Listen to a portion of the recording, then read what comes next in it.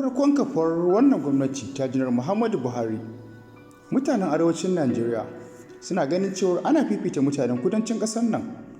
Duba da cewar mutanen arewacin Najeriya su suka ba da ƙuri'a mai tasiri a zaɓe na farko da kuma na biyu na gwamnatin janar Muhammadu Buhari. A yau ne dai shugaban ƙasa Muhammadu Buhari ya kaddamar da wani gagarumin aiki wanda gwamnatin tarayya ta aiwatar. Shugaban ƙasa Muhammadu Buhari ya kaddamar da zirga-zirga ta jirgin ƙasa ta farko tsakanin Lagos da Ibadan, wanda ya jawo ra'ayin mutanen arewa suka fara tofa albarkacin bakinsu akan wannan aiki da ya kaddamar. Wasu kuma suna ganin ba laifi bane saboda zai kaddamar da wannan aiki a kudancin Najeriya.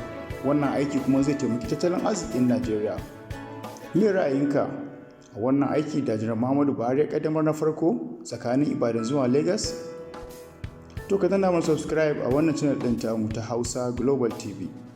Idan kuma ka yi subscribing tun a baya, muna so ka yi like, ka sharing bidiyon mu da mu samu ƙwarin gwiwa tura maka bidiyo masu muhimmanci irin waɗannan.